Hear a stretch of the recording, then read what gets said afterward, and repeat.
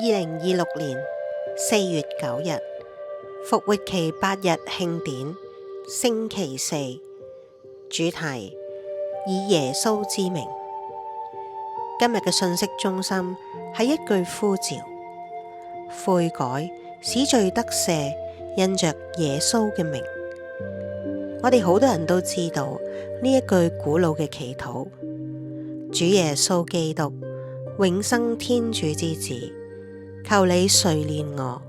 喺咁樣嘅呼求中，瞎子巴耳提買重見光明。復活之後，伯多祿喺聖殿裏邊講：金銀我都沒有，但我把我所有的給你，因納匝肋人耶穌基督之名，起來行走吧。嗰一個人就企起身，一個名字被呼喚，生命就回來。伯多祿仲繼續咁樣做：艾乃亞，耶穌基督治好你，起來整理你的床吧。嗰一個人立即就起嚟。塔比達，起來，嗰一個婦人就復活咗。後來保祿因耶穌嘅名將人從邪惡嘅權勢中釋放出嚟。呢一個係幾咁有力嘅名字，耶穌，耶書亞，天主拯救，一個可以放喺呼吸中嘅名字，一個可以喺黑暗中輕聲咁樣呼喚嘅名字。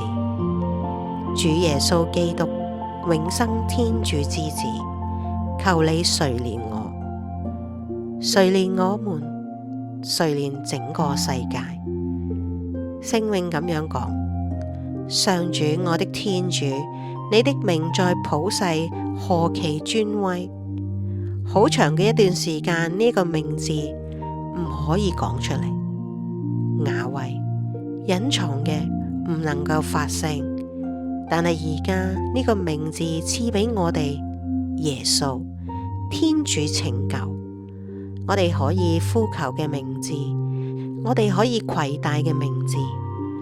呼喚呢個名字唔只係講一個詞語，而係迎接一個來臨。復活嘅主就喺我哋中間，佢嘅名字帶嚟寬恕，佢嘅名字打開咗道路，佢嘅名字恢復生命。